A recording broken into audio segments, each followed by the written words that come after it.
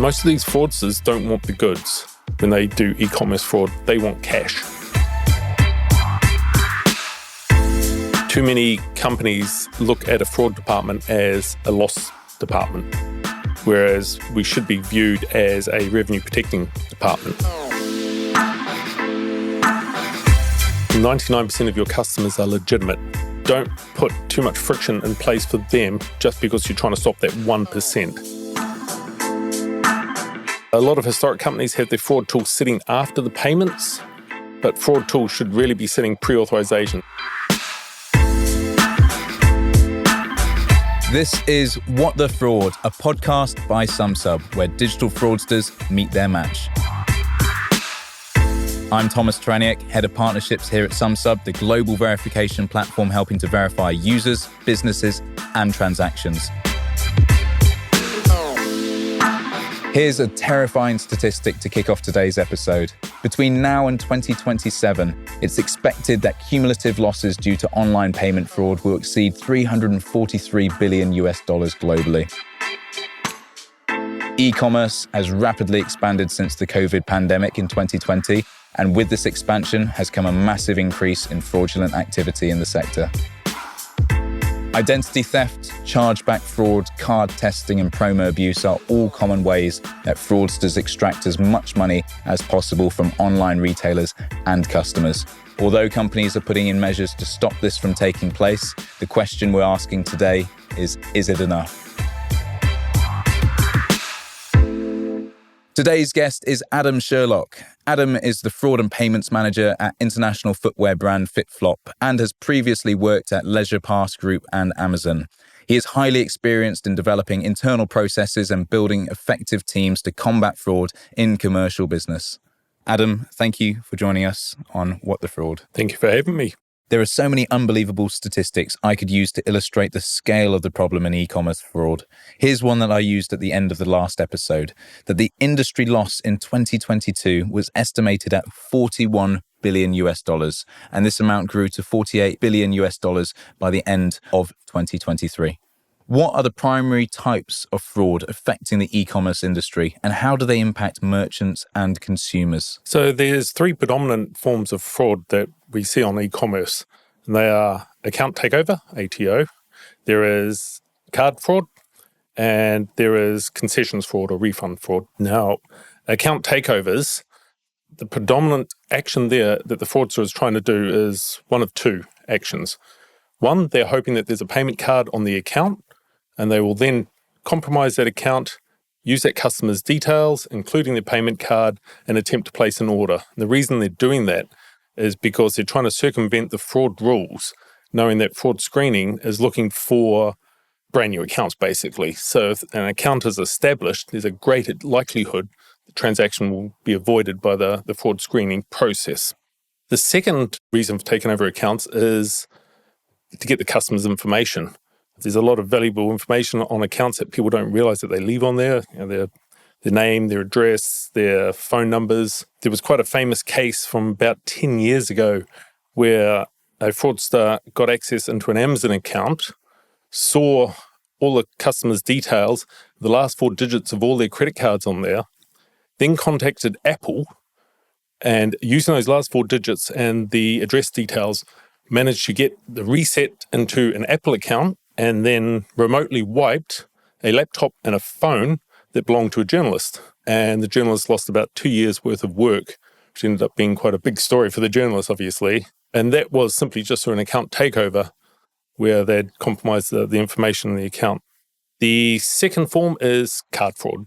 So the fraudster will be using a stolen card with the hopes of getting a transaction out of it. They could be using the cardholder's address, or they could be making it up. That's probably the most predominant sort of fraud that you'll see on e-commerce. There is a subshoot of that, which is called triangulation fraud. And with that, the fraudster sets up a selling account, usually on a site like eBay or something along those lines, and will list products at average prices. They won't go for too good to be true prices. They'll go for average prices. But they will target products that are in high demand, for example, iPhones and products like that. They will get legitimate orders from customers who want to buy off them. But of course, the fraudster doesn't have any stock. So they will go to a third company and use a stolen credit card, place an order to ship to their legitimate customer. And so it ends up being a double triangle. bubble, right? Exactly. Yeah. And so the business ends up losing the goods, gets a charge back. The fraudster will deliver the product to the legitimate customer, who will often leave them 5-star feedback saying, great. And the sites like eBay are none the wiser that anything nefarious is going on. And the last form that is definitely growing in Europe and the UK is concessions abuse or refund abuse. And that is where the customer will be placing the order on the knowledge that they're then going to attempt to claim goods never showed up, or I've received the goods, it's not the correct item. They'll send the goods back. They're looking for a concession or a refund. This fraud can also be outsourced to third-party companies. There is a book called Bob's Refund Guide that tells people step by step on how to go through these refunding processes for a lot of the major companies. And they will also do it on your behalf. If you want to pay a percentage of the transaction value to these fraudsters, they will attempt to do the refund for you. That makes sense. And that's not a push to the audience to go look up this guide as well and commit fraud on their side.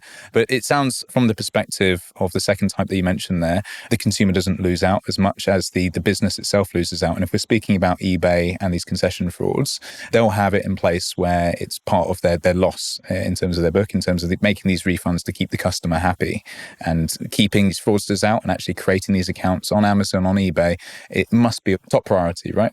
It is very hard to detect, though. How do you detect between a fraudster that's setting up a fraudulent account and a new customer that simply has, say, an unwanted Christmas present that they want to sell? There is KYC screening and checks that you can do. But again, these are not infallible processes. They can be circumvented quite easily. In a global context, North America has, from what we've seen as well, the highest fraudulent transaction value globally, accounting for over 42% of e-commerce fraud worldwide. But on the other side of the Atlantic, we've got Europe, where statistics suggest that Germany and France are the countries that are impacted the most by this type of fraud as well. So from your experience, Adam, do the above statistics ring true for you? Definitely. After the introduction of 3D Secure in the UK, we saw fraud rates drop substantially. We did see that migration of trends to the US, where it is far easier to get transactions through for the fraudsters. Yep. The number of credit cards that are circulating in the US is huge, and the geographical area size is just, it makes it very easy for the fraudsters to hide there. If we talk about contributing factors for each one of these regions as well, why do you think fraud is more likely to happen in one place compared to another? Well, the anonymity of the internet is the greatest advantage to the fraudster. They will then tie that in with living in a high-density urban area. And the reason for that is they can hide their activities far easier. If you're living in a rural location where there is only one courier that comes there and you're getting 100 packages a day delivered to that address, the courier is going to remember you and understand, something's not right here. Whereas into a high-rise apartment building, there'll be multiple couriers coming day after day, and it's easier to hide their behavior. Plus, they will have access to buyers. Most of these fraudsters don't want the goods when they do e-commerce fraud. They want cash. And so they want to convert that product into cash. And by living in a urban area, there'll be buyers. They can go down the local pub and, hey, I've got this, anybody want to buy that? And there'll be buyers for that sort of. Yeah, and it's not like high ticket items. We're not talking about watches or anything else. We're talking about things which you could just sort of pass off in terms of everyday, a secondhand iPhone, couple $100, pounds, euros. I remember the days when Deliveroo and Uber didn't have the code. And because of that, obviously, previously, people would just be taking the order and they wouldn't be taking pictures of the courier, and they just say, my order never arrived, these high rises, right? So surely immountable losses that these companies have faced, they've had to put checks and balances in place to make sure that the couriers are delivering the food, but that the people, which are generally sort of good people who are just ordering food, aren't taking advantage of the system. So I would love to drill down a little bit on FitFlop, which you've worked at as well. So what are the main ways that you and your company, let's say, combat frauds from your angle? And what does fraud prevention look like for you on a day-to-day basis? So the main way of combating fraud is we use a third-party tool that we have a rule-based system. Okay. We write all our own rules in-house. Fantastic. We will then analyze trends of what's happened. We will look at the chargebacks, what has caused these chargebacks, how have they got through our systems, and then we'll create rules to plug those gaps. Yeah. We will also get feedback from different teams like customer service who are seeing issues, and they will raise it to us, and then we'll look at our processes and patch where we need to. What are the current approaches to verify users for these online marketplaces, and how do you think fraudsters actually bypass these systems? The KYC is the basic check that they do on the seller side, where they will ask for identification documents. But again, it's a very laborious and manual process. So a lot of the decision-making is automated. If you know the process, it's actually quite easy to tick all the boxes on an automatic process and get through the system. Again, if you're supplying copies of identification cards and passports, all this stuff is quite easy to get fakes of, to get through these checks. So the KYC checks, while they're good as a deterrent, that they're not foolproof. Calling, telephoning sometimes can be an indicator. We've done that in the past with a previous company that I've worked with, where we've telephoned and tried to verify, but our success rates of connecting with people wasn't very high. Now, that's not an indicator of fraud on its own. And people are busy, they don't answer their phones, all these sort of behaviors go on. Language barriers, especially in Europe here, is another challenge that we face. Best way of doing it, I think it's a combination of you do your basic KYC checks, anything that is suspicious, sideline it, get an experienced investigator to look at it, pick up the telephone.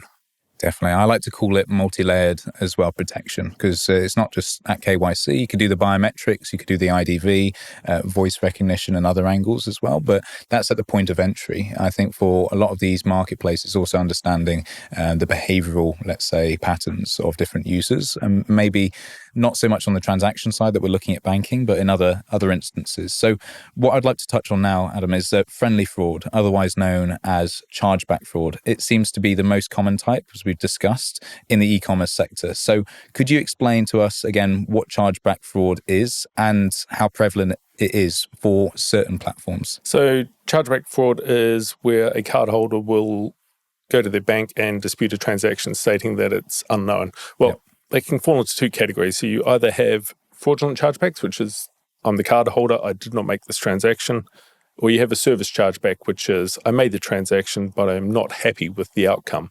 Maybe the product didn't arrive, maybe I wasn't happy with the delivery, maybe you charged me twice. Yeah. With card chargebacks, it's become a lot harder, as we were saying before, in Europe with 3D Secure. It's far more difficult now for customers to say, I did not authorize that transaction when there's been push notifications come through. Push notifications aren't infallible, though. We have seen certain situations where unauthorized transactions have been authorized, whether that's simply bombarding the legitimate account holder with lots of requests and they get sick and they end up clicking on just, okay, yes, I've authorized this. Or if there's some social engineering that's going on the back end that we're not aware of, that they're manipulating the legitimate cardholder to accept the transaction. Yeah. But that's a lot of work for a fraudster to go through. So we do see that, but it's not very often, and usually it's on high-ticket orders.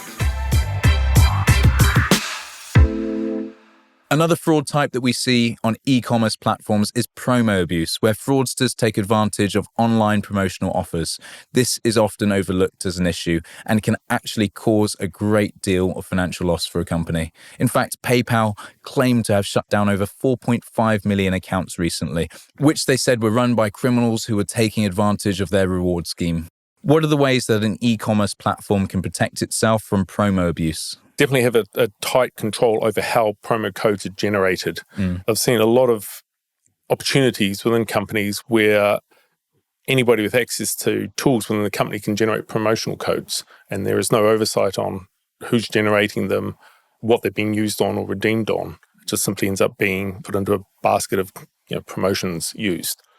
So you do need to keep tight controls over who can generate the promo codes, because there is always that insider threat that you've got to be aware of. You've also got to link up accounts that are using high-value promotions, and ideally your fraud tool will have some sort of functionality in there that will allow you to then see these accounts that are using promotions and use the related customers section to map out how these accounts are related and what levels of promotions they're using.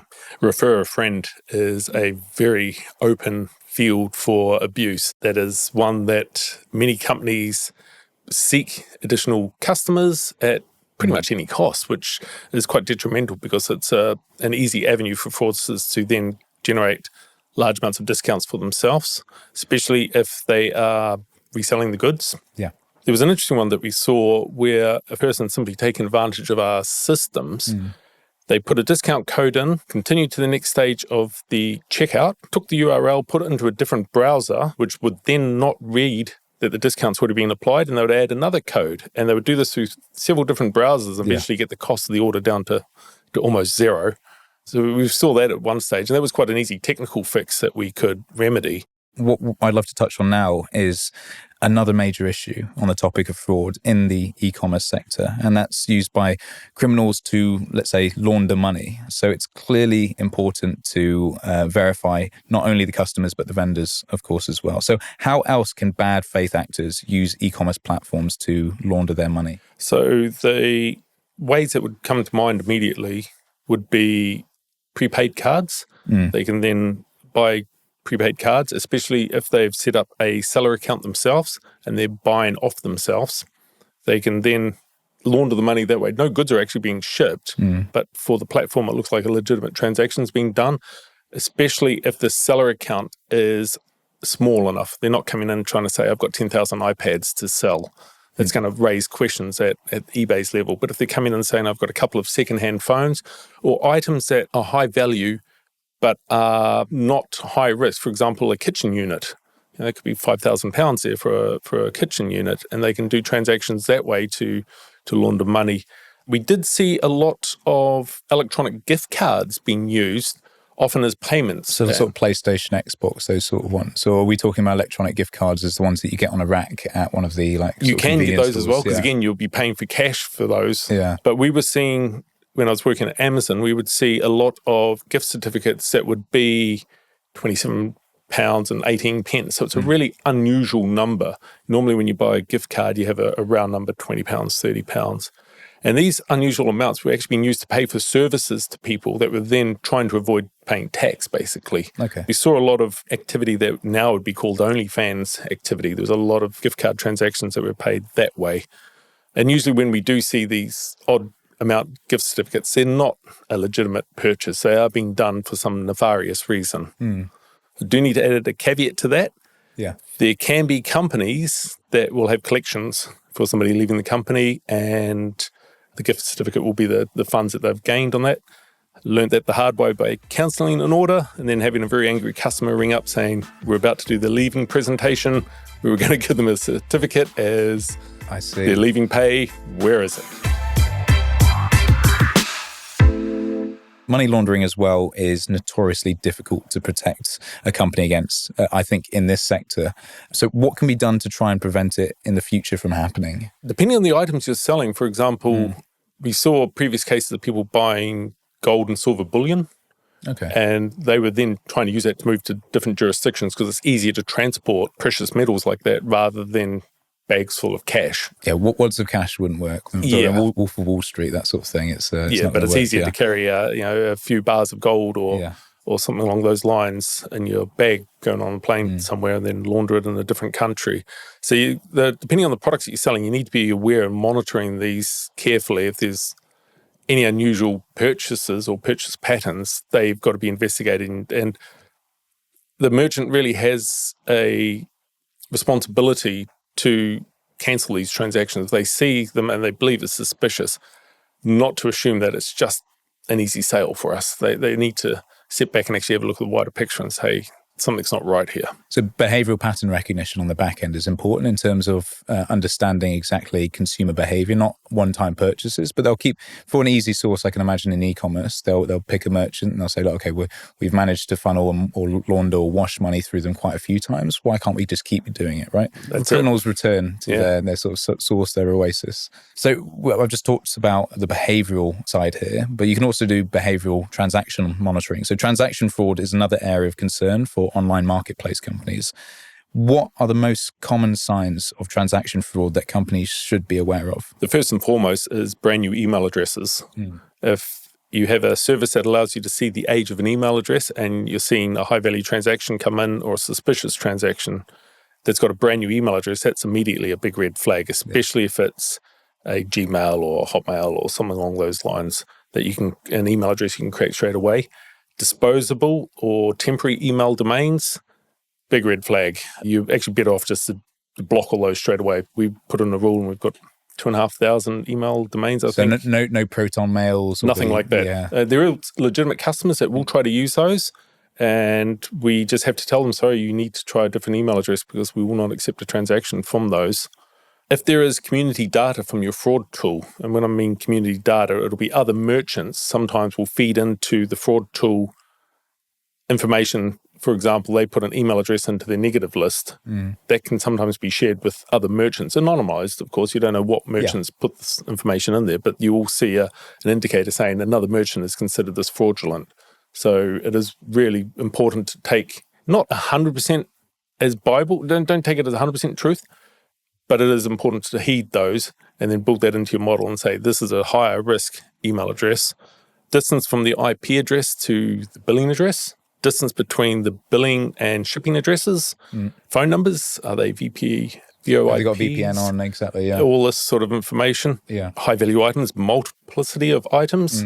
Then related customers obviously is a big part. On the transaction monitoring side as well, it's become more and more necessary to help companies stay protected from fraud, right? Because in our last episode, we discussed that transaction monitoring is an absolute must for the fintech industry. Is it the same for the e-commerce industry? Most definitely. Too many companies look at a fraud department as a loss department, whereas we should be viewed as a revenue protecting department. Our objective there is obviously to pass as many legitimate orders through as possible while keeping up the bad guys. That is Absolutely. Definitely a challenge sometimes, especially with some customers' behaviors and those customers that have a tendency to want to really protect their privacy. But I've seen before too quickly what happens when a company is not monitoring for fraud, that the fraudsters will chat in these forums and boast about their achievements, and you will then start being targeted by multiple businesses. And of course, you run the risk then of having high chargeback rates, which means your merchant IDs could be either fined, restricted, or actually terminated, which would pretty much be the end of your online business if that was the case. Once you're onto one of the card monitoring schemes for having high levels of chargebacks, there is excessive penalties that come with that, and plus you have to take lots of mitigating steps to rectify the situation. You've got to become quite draconian to bring your chargeback rate down, which will then kill your conversion rate as well, because all those customers that were on the cusp of maybe it's legitimate, maybe it's not, you will just block all those because you're trying to drive down your fraud. Completely. I like you touching on the point that it is protecting revenue at the end of the day, and it's also protecting business practice and continuation of the business as well. So from like the standpoint of anyone else in the audience who now is as part of the fraud team at an e-commerce company or otherwise a marketplace, how can they best utilize, let's say, technology to prevent transaction fraud? If their fraud tool does not provide it already, there are several companies out there that will provide information on customers that can help you verify the legitimacy of these customers. Google is always a great one as well, Googling your customer. It used to be quite easy to find people's social media profiles pre-Cambridge Analytica. Once they were discovered of what their behavior was, and it became common knowledge that your social media posts, your friends lists, and your photos are quite accessible, there was a change in the social media companies, and those accounts got locked down, which made it a little bit more difficult for fraud prevention specialists to verify these customers, because that's what you're trying to do at the end of the day. You're trying to prove, does that customer actually exist, and do they live where they say they're living? And by being able to identify those points quickly and cleanly and say, yes, this customer does live here, I have a high percentage likelihood that this is a legitimate customer, we'll let the transaction go through. Whereas somebody that you can't find anything on, there's no information in phone books, or there's no social media posts, you don't find a LinkedIn profile, all this sort of behavior starts leading you as an analyst to question, does this person even exist? Is this a legitimate transaction now? It's a given now, because we will never be without a reasonable doubt that we can actually find someone, right? But AI is now a huge topic. I touched on it in my last episode and the episode before that as well, and it crops up all the time when we're talking about fraud in any industry, including e-commerce as well. So how do the advancements of artificial intelligence, machine learning, AI, contribute to the effectiveness of fraud prevention measures in the e-commerce industry and for these big players? As an individual, you can't analyze huge sets of data 24/7.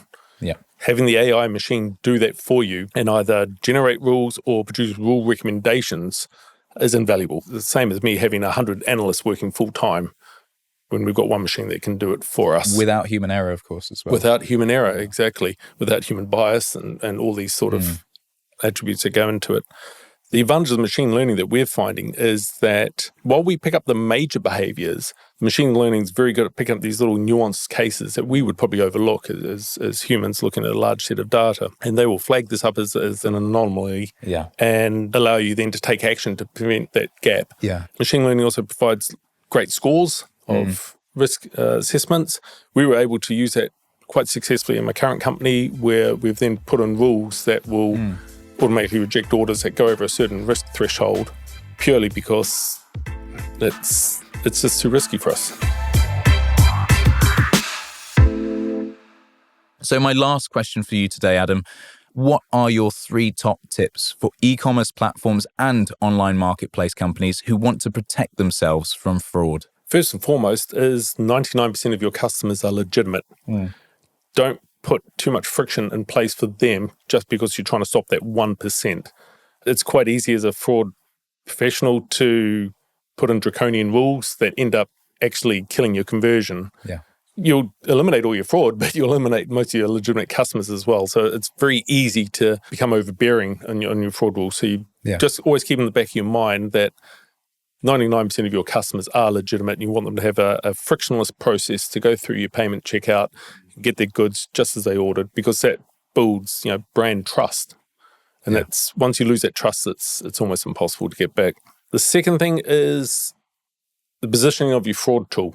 A lot of historic companies have their fraud tool sitting after the payments, but fraud tools should really be sitting pre-authorization. So all transactions should be screened, and then it goes through to the payment processing side of it. Yeah. A lot of historic companies have it the other way around. So they take the payment first. The fraud screening doesn't like it, then you've got to refund the payments. It's a messy process, and you're not capturing the whole ecosystem of all the behavior that's making attempts on your website. The last one is, as a fraud professional, you've got to regularly analyze all your data. If you've got graphs that are generated through your fraud tool, regularly check them, see what's going on, keep your finger on the pulse of the transactions that are coming in so you can understand what is happening, because there might be situations there that either your fraud tool or your analysts or yourself haven't picked up. And by regularly monitoring that traffic that's coming in, you can capture situations a lot faster rather than just waiting for the chargebacks to come in, which is usually 30 days later. And iterate, which is super important in terms of what new rules you should put in place. Exactly. Adam, thank you for joining us on What the Fraud. It's been great having you. Thank you very much for having me. Thank you for joining us again on another episode of What the Fraud. In the next episode, we'll be investigating fraud in the crypto industry. With the recent explosion of cryptocurrencies into the mainstream, investment scams in crypto have risen exponentially. Time and time again, on the news and social media, we've seen stories of celebrities either knowingly or sometimes unknowingly promoting crypto investment schemes that turn out to be slick criminal enterprises. We will examine how and why these types of fraud take place, what are the signs to look out for, and how we can try and stop them. What an episode this has been. I've learned so much, and I think it will be incredibly valuable for companies and customers when protecting themselves against fraudsters and criminals. And as always, please like, comment, follow, and subscribe wherever you're listening to us now. Any feedback you give us is incredibly helpful and also makes it easier for other people to find us. And if you want to hear more about what we do at Sumsub and how your business can benefit from our verification services, definitely check out our website at sumsub.com and subscribe to our socials. What the Fraud is a Listen production. The producer is Aidan Judd. The executive producer for Listen is Kelly Redmond. The executive producer for Sumsub is Mila Varavina. Stay safe and see you on the next one.